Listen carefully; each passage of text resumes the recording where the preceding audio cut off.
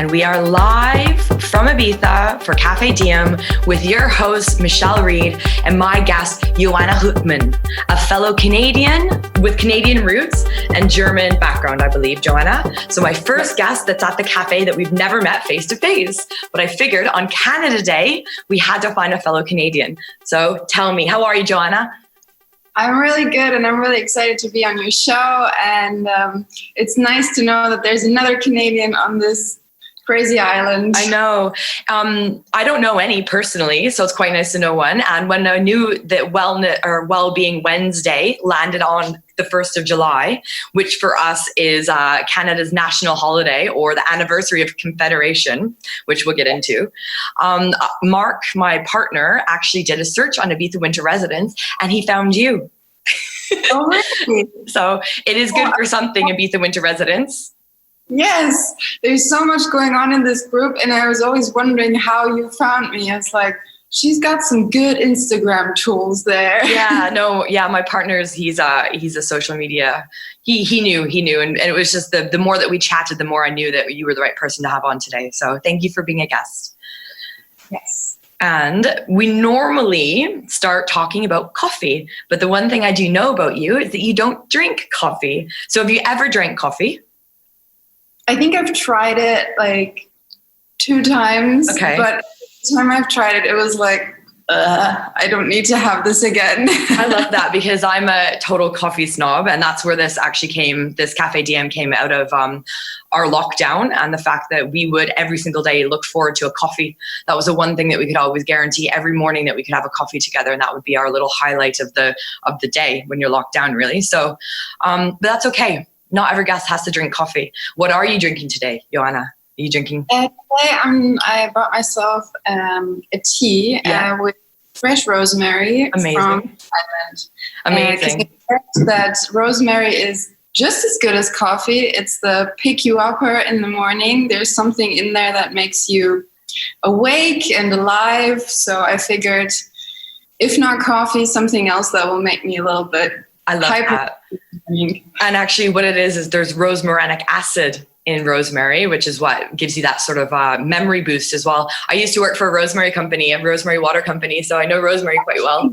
And everybody was always shocked when we said we didn't get our rosemary from Ibiza, because it's so rampant here. But yeah, so I love that you've chosen rosemary. So another connection for us as well. Yeah, it's, I don't know, actually, some friends here on the island, they had a bottle of rosemary water from the rosemary water. That's the company. Yes, so that's funny that you work with them. We were meant to meet for sure. So I love that we're meeting on Zoom in our living rooms right now. So it's one day we'll meet face to face, I'm sure, sooner than later, hopefully. Yeah. So today for us, as I'm looking forward to actually discussing your Canadian roots and your history as well, but just wanted to mention that for people that don't know what Canada Day is, I was doing some research yesterday because I haven't really looked into Canadian history for quite some time. I've been in Europe for 13 years, and it was quite fascinating to re-look back into it again. And so it was when they passed the British North American Act, and it was passed by the British Parliament, and it created Canada as a new domestic self-governing federation consisting of the provinces of New Brunswick, Nova Scotia, Ontario, and Quebec on July 1st, 1867. So it's actually, like I say, the anniversary of our confederation. And for people that are wondering what Canadians do on Canada Day, it's the day we show our pride. We wear red, we wear maple leaves, and we celebrate our history, our culture, and all of our achievements as well. So it's been a day of celebration since 1868. And interestingly, I found out yesterday that the first time that we did fireworks in Canada was in 1981, which is when I was born. So it was a big old celebratory year. So, but anyways, I wanted to mention that. Also, really wanted to mention the fact that on June 21st, which is National Aboriginal Solidarity Day, is the day that all this Canadian celebration starts to happen. So we've been celebrating from the 21st of June, and today, I think they're doing it virtually as well. They're doing virtual fireworks in Canada, so we can actually get involved in Ibiza, because I know no one will be celebrating Canada and Ibiza besides us today. So, but that's my blurb on Canada Day for people that are wondering. And now, Johanna, we are going to talk about you. We're going to talk about your origin story. We're going to talk about what got you into health and fitness in the first place, into yoga. So tell me, I'm very interested to know. Yes, well, my origin. Which question first? What you can start with. Yeah, just what I always like to say as you're a superhero because you're in health, wellness, and fitness and yoga in this instance. So what was it that got you into this industry? Where did it all start from? So what's your origin story? Well, I think back in school, I was always really interested in becoming a doctor. Mm-hmm. And then started dancing. I used to dance ballet and jazz dance and modern dance and all kinds of movement. Mm-hmm. And for me, because I have a background in Waldorf school, I don't know if you know that. In Waldorf school? A Waldorf school, yeah. It's based on the philosophy of Rudolf Steiner. Anyway, so movement and, like holistic health was always involved in all of these things. And so after school, when I realized that I didn't want to become a doctor, I tried to find out a way how I could integrate all of these things into one thing, like all of the things that I was interested in, like creativity and spirituality in a way, and movement and holistic health.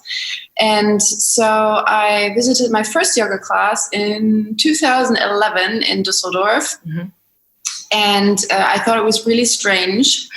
Everybody was breathing really loud and I was like super confused about what was going on and all of these weird sounding names. And I was like, oh my God, what is happening? So then a few years later, actually, I went to another yoga class, this time as an exchange. I was doing the check-in for the yoga studio and then I was able to do the classes. And I remember coming out of this first yoga class and I was just...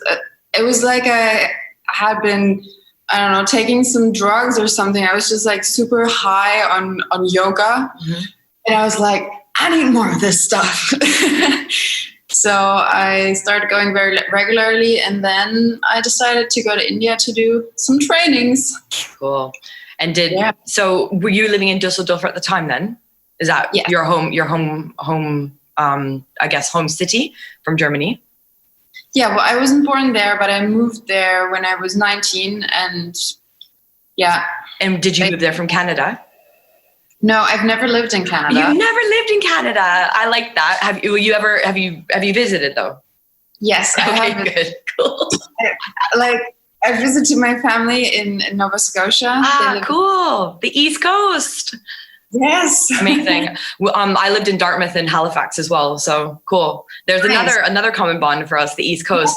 Most people, it's like Toronto or Montreal, right? When they ask you about Canada. So yeah, it's always like, what? You're not from Toronto? No. No, from the East Coast represent, which is where my mom still lives to this day in Prince Edward Island. Don't know if you ever got a chance to go there. No, I haven't, sadly, but it is definitely on my list because my sister went to school in Canada for a while in Red Deer. Mm-hmm. No, in Edmonton. Mm-hmm.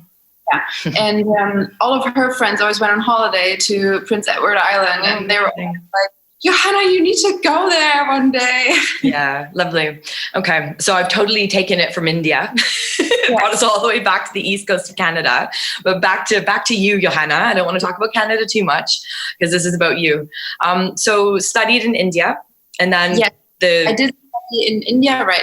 I did my first 200-hour training in India in Goa. Mm-hmm. And for me, it was just such an intense experience to be doing yoga every day, all day. And it was hot. It was sweaty. It was, there was a lot of silence.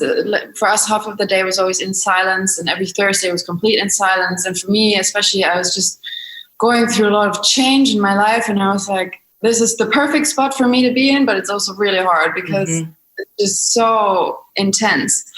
After that, I got back home and I realized, all right, this is not my home anymore. I need to be somewhere else. And so I started working for an artist and teaching yoga as well, but also doing some management and stuff, and also working as a jewelry maker.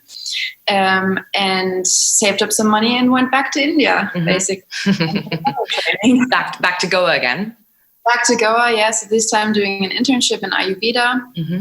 My first training had also been in Ayurveda inclusive, and I had become friends with a doctor. So then I went back to India to do an internship with him for a few weeks, training or teaching healing yoga to the people that were in his clinic, and also being part of the consultancies and, just learning how he treats his patient and what comes from that. And then I did my second 300-hour training. This time the first one was just Ashtanga yoga, but this time in Ashtanga and Hatha yoga, with some more in-depth meditation practices. And yeah. How long was that one, Johanna? Because 200 hours is a long time. How long was, like, in terms of the, how many weeks were you there? 5 weeks. 5 weeks. So 5 weeks of yoga back to back to back to back. Yeah, Sunday was the day off. Intense, very intense. I've only ever dabbled in 60-hour yin here on the island. And even that, like 5 days of like doing yin back to back to back was intense. So anybody who's done 500 hours of yoga training is like, I must take my beret off to you. It's intense. So interesting, very interesting. And now from that though, was there more training, or was this now you're like, I'm ready to fully become the yoga? Never done enough training because it's such a great experience to learn. But yeah, after that, I got back home, packed my bags, packed everything up, and left Germany to go to Mexico to teach in Tulum, in some different spots that I found out when I was there. Traveled Mexico and decided Ibiza should be the next spot to go. Interesting, which is a fantastic segue, Johanna, because I want to know what brought you to Ibiza. Had you been here before? I had been. I have a friend from Dusseldorf. Parents have a house here on the island. So in 2012, I came here for the first time, and I was just in love with everything. I remember it so clearly. It was warm, it was beautiful, the ocean, the vibe, everything was just perfect for me. And so I always felt this longing to go back to this island. And now I got the chance to be here. Cool. She does that to you for sure. She does that to you. How long have you been here officially? Me and my partner, we arrived on the 24th of February. So 2.5 weeks before the lockdown. Wow, incredible. I love that.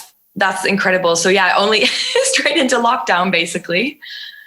That was intense. Yeah. But at least we live on the countryside, so we could see the ocean and the sun go down from our house. So incredible. See, we were on the other side seeing the sun rise. So you're in Santa Ynez, I believe. Yes, yeah, exactly. Cool. Beautiful place to be. The Corona, funnily enough. Yeah. That was a sign for you as well. You're like, we're meant to be here. Some of the best hiking on that side of the island for sure, around Santa Ynez as well. So have you been hiking much around there? Yes, we have. Yeah. We have this secret hikes, beaches, Ibiza books. I think we've done most of it already. Cool. Fantastic. Yeah, it's definitely quickly became one of our hobbies when we moved to the island as well. So great. So are you teaching much in Ibiza? Because now I want to talk about your business. So specifically, who are the people that you're helping with your specific style of yoga and yourself? So the people that I usually, or the people that I aim to teach or to help are people that don't believe in themselves, that don't believe in their bodies, that are trying to find relaxation, that are trying to find a sense of healing, of understanding inside, and are trying to learn to, shed those layers that society has put on us and just trying to move forward into a better place of health, of happiness. I truly believe that your mind is such a complex thing and such a dominant part in yourself and your body that yoga really is, for me at least, the only tool that helps to put that aside and get closer to what you really are, which is not all the things that the mind story is telling you. Interesting. And are you doing them online? Or are you seeing people face to face? I guess you had to go online, didn't you, when you went to lockdown? When I was in lockdown, I was actually not teaching here on the island. Okay. I was teaching online to clients back at home. And now that I'm on the island, I have started to build up contact with some agencies for some villas, and just to get into some stuff. I did have a gig with Project Ibiza, but sadly, since there had been there are a few more corona cases on the island, they decided that it would not be a safe space to teach. So we'll see how it goes. Of course, I have no doubt that you'll get out there, and it's probably just enjoying yourself after lockdown as well. So just spending a bit more time on yourself, I imagine. Yes. Cool. Yes, definitely. I really did use this lockdown time to intensify my practice and just really find out things for myself in the space and time that this lockdown created. So I'm very thankful for that, actually. Yeah, it was a good place to be in terms of a lockdown, Ibiza, for sure. I have a question. Do you practice every day? I don't practice asanas every day. Okay. I do practice meditation, I would say almost every day, yeah. Even if it's not a sitting meditation for me, but sometimes it's a walking meditation, like some sort of reconnecting with breath and body in a way I do practice every day. And asana, as I said, most days as well. Fantastic. I think that's another reason why we were meant to be together, is because I've been finding it very difficult to practice meditation every day. And I just have been trying to do a 30-day yoga every single day, which I fell off probably at like day 22, and then, weekends come and that sort of thing. So eventually I would love to sit down with you for some meditation and some reconnection. So whether it's in Santa Eulalia or Santa Ines, for sure. Yes. Which again brings you back to another question. What kind of help do you offer people? So if people come to you and they say, like you say, too much in their head, what is it that you offer to them? Usually I like to sit down with people and just listen to their story, like you're doing right now. Find out what they need, actually. And a lot of times people just need somebody to help them create a space in which they feel safe and in which they can feel themselves again. So that is what I try to offer, to make you feel like you are good. The way that you are good enough, and you are doing everything that you can right now, right here, and laugh at your mistakes. Don't take yourself too serious. So just to create an environment for people to grow, basically. Usually it starts out with, as I said, a conversation, and then if it's private classes, a lot of times people will request some sort of yoga nidra meditation practice in combination with some slow hatha yoga, just to feel and stretch out the body. Cool. Which I really love doing. I can imagine. How long does a session normally last for you? Let's say you're doing one-on-one. One-on-one, I prefer to do a 90-minute session, just because it gives more time and space to do these things. But sometimes if the client is not able to do 1.5 hours of concentration, because it is hard work, isn't it? Then an hour is also enough. Cool. And how do you know that this has helped people? When you wake up from Shavasana and you're smiling, then I know that I have done a good job. I like it. Simple. Simple.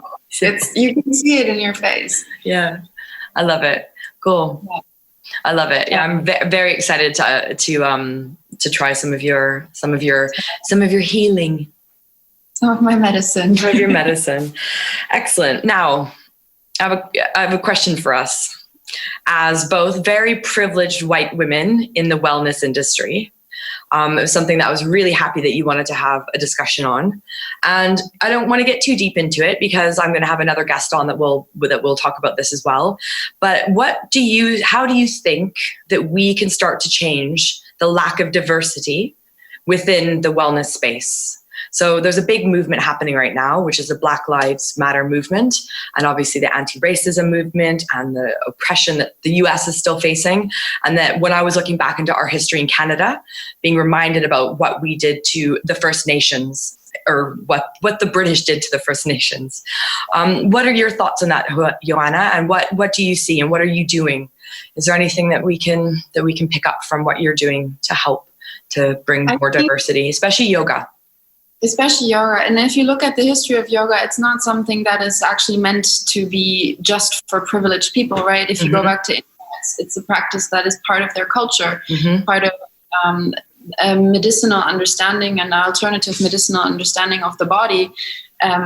So I believe, and I had a very long discussion with my partner about this yesterday, that in order to give yoga to everybody, people have to be worrying about money and how to put a meal on the plate, the next meal on the plate, less.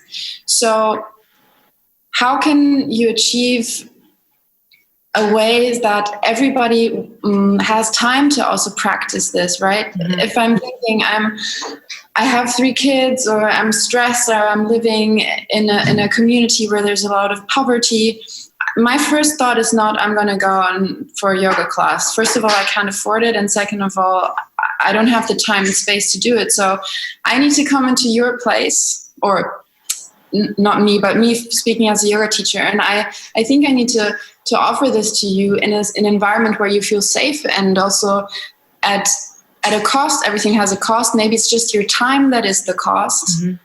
And because I'm privileged, I'm able to give this to you. So I was doing that actually in Mexico. I went into a Mayan village and taught some English classes and some yoga to the kids there. And I think we all can do these things. It doesn't to just connect with people, find a place where you can offer, and just offer yourself, and make sure that everybody feels welcome, no matter your look, your decisions, and anything really. It is such a shame that people wouldn't feel welcome, especially in a yoga class, because like you say, it is meant to be all encompassing for everybody.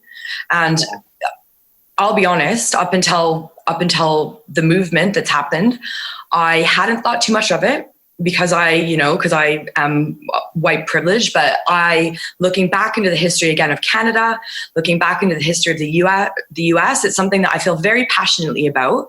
And it's something that I want to look at within my business, and just within myself, and within my friend group and everything, and just make sure that we're doing the best we can, because not thinking about it was part of the problem. And so it's unfortunate that it's taken these circumstances, but it has, and it's something that we definitely have to do better with, and we have to stand up, and we have to bring people with us. And so Ibiza is a bubble. So it's not, being in Ibiza, it's not the same as being in London, or being even in some places in Germany, or in Toronto, or whatever it is. But we still have that power now, because we're online, even more than we ever have been, to try to make sure that we can bring everybody in. And like I say, whether it's Black, Indigenous, or people of color, everybody deserves to be moving their body, meditating, and we have to do better, don't we? It's not just people of all color. I mean, we're all people, right? So for me, it's everybody. If you have some kind of disabilities, why don't you want to participate in my class as well? You're welcome. And I feel as a yoga teacher, it is our obligation really to make everybody comfortable, and not perform this like super high-end asana class that only the best, fittest people can participate in, but everybody with every level should be able to get something out of this yoga class. With social media nowadays, especially from the fitness side of it, because that's my background, and from yoga as well, it's like, if you don't look like, ripped with a 6-pack, or, or like with, like you say, doing an asana that looks impossible to do, it's like, you're not really welcome to do this. And it's like, it's anybody, like you say, it could be the elderly, it could be, whatever, it's everybody. So I really think social media has a bit to blame for it. But if we didn't have social media, we wouldn't be able to be so reactive to everything. Like I say, what's going on in the US, we can all be reactive to it. But even as simple as making sure that our feeds, our Instagram feeds and our Facebook feeds and whatever else are being open for everybody is like a small step. But like making sure that we're sharing things that everybody can relate to, and it's not just for fitness and yoga privileged white women, which is mostly what we're seeing on these feeds, right? Up until the last couple of weeks. Yeah. Do you agree, or is that something that you've ever thought about? Yeah, I do absolutely agree, and I always try to think of how can I improve. Mm-hmm. It's almost like I need somebody to say, okay, Johanna, this is the way, and this is the way, and this is the way you can do better. So right now I'm just in this haze of information and like reflection also, like how am I not doing my part? Mm-hmm. How should I be doing a better job at integration and diversification? Yeah, exactly. So what can I do? And how can I try not to promote something that yoga isn't? Yeah, agreed. So fantastic. Again, a great segue, Johanna. I love it. So how do you think, what are you doing right now? Because I know there's a few things that I'm doing, like I say, we can get into it after we've discussed, but what are some of the things that you are actively doing or thinking about doing in the future to make sure that yoga is accessible to everybody, regardless of age, color, religion, whatever it happens to be? What are some of the things that you might be working on now or thinking about working on in the future?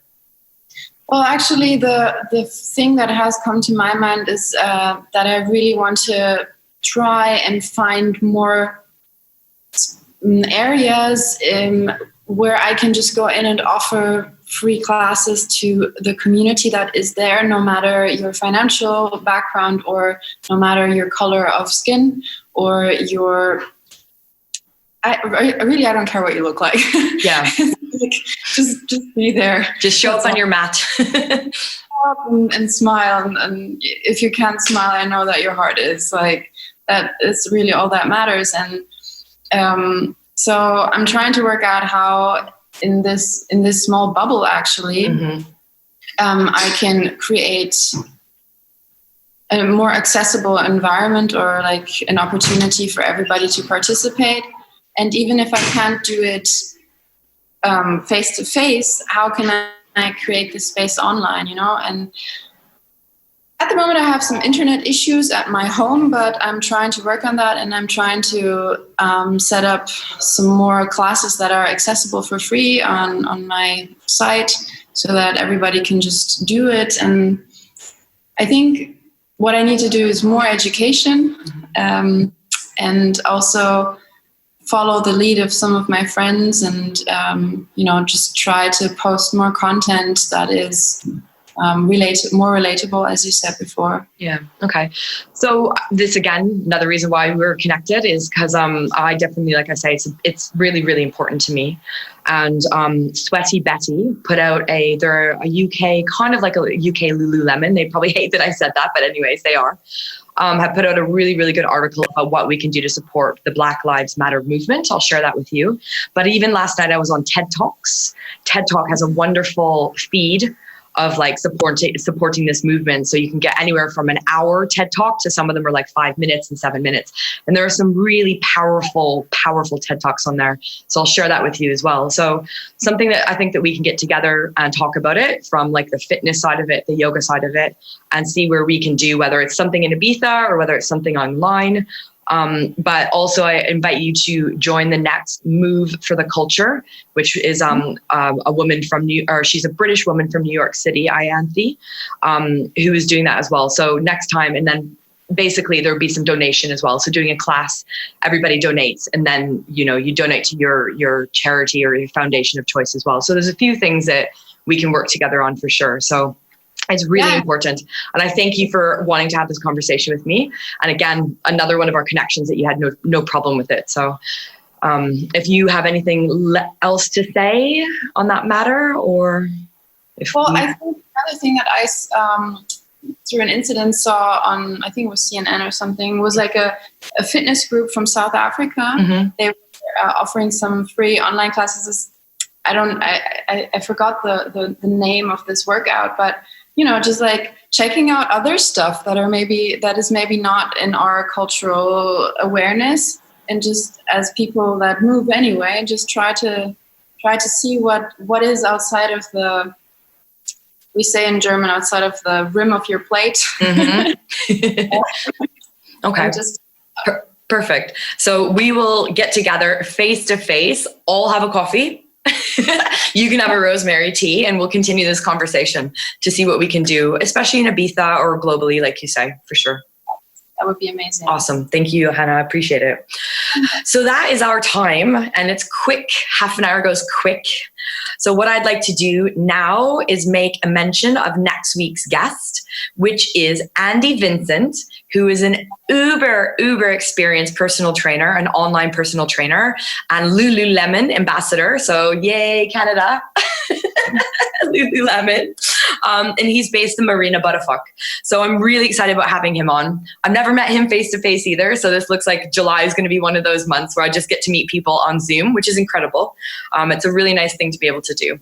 So again, Andy Vincent Personal Training. You'll see him next week, which is the 8th of July at 9:00 in the morning.